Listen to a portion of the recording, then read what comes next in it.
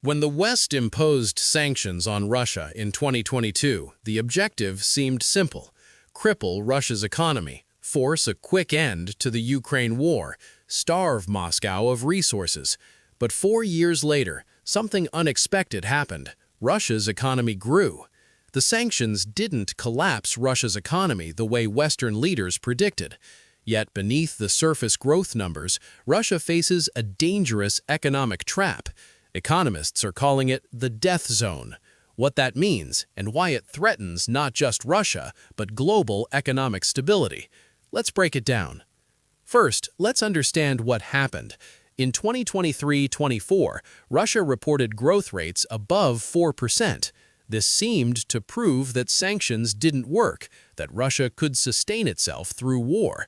But this growth wasn't sustainable. The growth came from a very specific source: war spending, military manufacturing, not from productive economic activity that builds long-term prosperity. Here's the critical distinction. You can have economic growth powered by government military spending. You can produce weapons, ammunition, and defense equipment. You can employ people in defense manufacturing. All of that shows up in GDP numbers. But it's not the same as growth from consumer goods, commercial manufacturing, agricultural productivity, or services that make ordinary people wealthier. The problem is this type of growth creates what economists call negative equilibrium. You're growing, yes, but the growth is hollow. It's built on unsustainable foundations.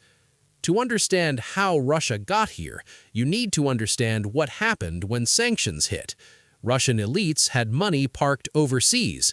When sanctions threatened those assets, they brought the money back. Billions of rubles flowed back into Russian banks. That created a temporary liquidity boom. The Russian government used that boom strategically. It expanded credit. It gave loans to households. Money supply increased dramatically. Household lending, mortgages, personal loans all increased. This created consumer demand. People had money to spend. But here's the problem. The government focused all its productive capacity on defense. When households demanded consumer goods, the supply wasn't there. Factories weren't making refrigerators, cars, or clothes. They were making weapons and ammunition. So you had too much money chasing too few goods. That's the definition of inflation. Prices skyrocketed. Inflation hit 9.5% in 2024-25, way above Russia's central bank target of 3 to 4%. To fight inflation, the Russian central bank did what every central bank does. It raised interest rates aggressively. Policy rates reached 15.5%. That's extremely high. Those rates crushed demand. When borrowing is expensive, people stop buying. So Russia found itself in a trap. It created demand through government spending and liquidity, but the supply side of the economy was focused entirely on weapons. This created inflation. Fighting inflation required raising interest rates. High interest rates crushed the consumer demand that was driving growth. This is the death zone. Growth collapses. The IMF projects Russian growth will slow to between 0.5 and 1% in 2025-26. After 4% growth, dropping to near zero growth is a dramatic collapse. Now let's talk about the second revenue problem. Russia depends heavily on oil and gas exports. In 2023-24, Russia exported significant quantities of crude oil, coal, and liquefied natural gas. These exports generated crucial revenue. But Western sanctions targeted Russian energy companies directly. The U.S. tightened sanctions on Russia's major oil producers. Other countries got nervous about trading with Russia because of sanctions risk. So Russia had to redirect exports from Western markets to Asia. China takes about 33% of Russian oil exports now. But even that's declining. Tighter sanctions in 2025-26 are making it harder for Russia to export oil. The revenue from energy exports is shrinking. This is a major problem for Russia's budget. Russia needs revenue for two things: government spending and especially war spending. Russia spends 7 to 8% of its entire GDP on defense. That's extraordinarily high. Normal peacetime defense spending is 2 to 3%. Russia is spending like it's mobilized for total war. As oil revenues decline, Russia needs to find money somewhere else, so it's raising taxes. Value-added tax increased to 22%. Corporate taxes are going up. Electronics manufacturing costs are rising. This contradicts everything Russia needs economically. You can't raise taxes when you need growth. Taxes reduce demand and investment. This will deepen Russia's economic slowdown. Here's what's really happening. Russia created a one-dimensional economy focused entirely on defense manufacturing. Defense spending now accounts for 40% of federal government spending.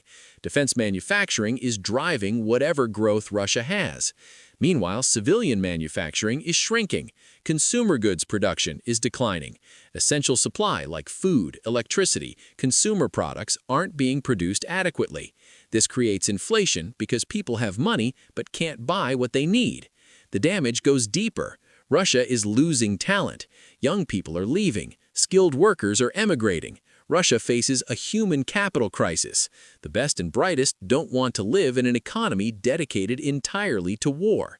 Labor shortage is emerging because all labor is concentrated in defense manufacturing.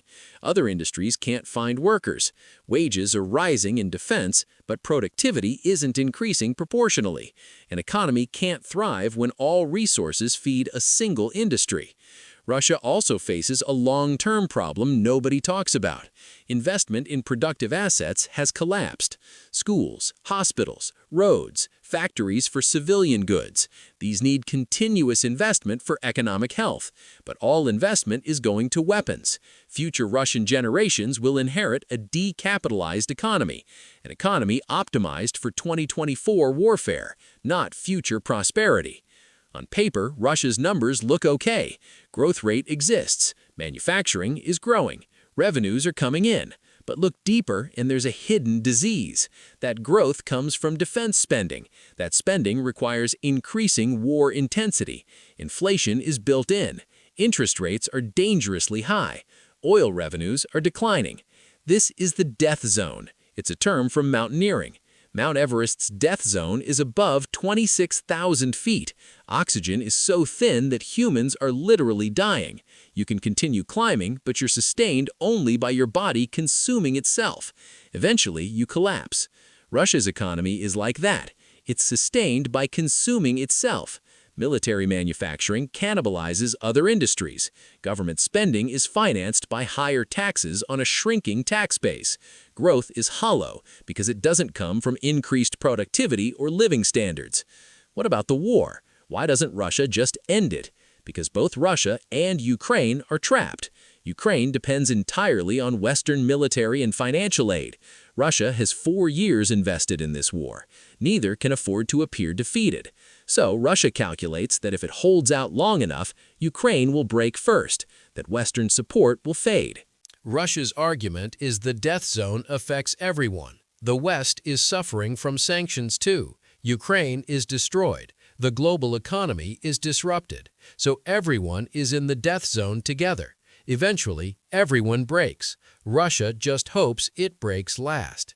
But this calculation is dangerous. If Russia continues prioritizing war spending, if growth remains near zero, if inflation stays high, if interest rates stay high, the economy could have a systemic collapse, a real recession, a financial crisis, worse than what's happening now.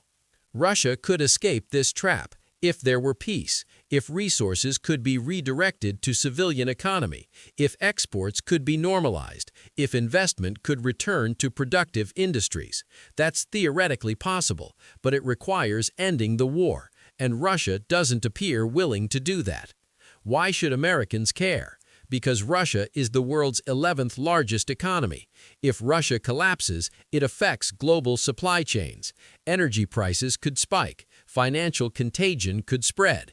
Russia's economic crisis could become a global crisis. But more fundamentally, Russia shows what happens when an entire economy is subordinated to military production. when you allocate all resources to weapons, when you ignore consumer needs, when you destroy productive capacity, when you create inflation, then strangle demand, when you let human capital flee, your economy dies. It's not that Russia is uniquely badly run. Any country spending 7–8% of GDP on military while fighting a war, while facing sanctions, while trying to maintain living standards would face these same problems. The death zone is real. Russia is in it, and it's unclear whether Russia can escape. The math doesn't work. You can't sustain growth through war spending alone. You can't fight inflation without crushing demand. You can't raise taxes while lowering growth. You can't focus entirely on defense while maintaining a functioning civilian economy. Something has to give. Either the war ends or the economy collapses, or both. That's the trap Russia faces. That's why economists are calling it the death zone.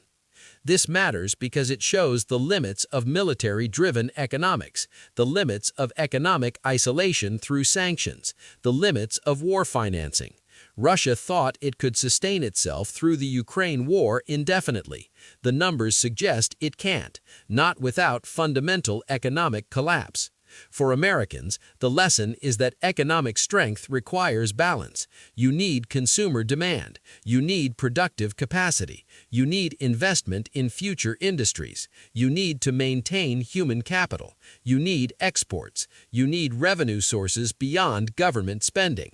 Russia optimized for none of these. It optimized for war, and its economy is paying the price.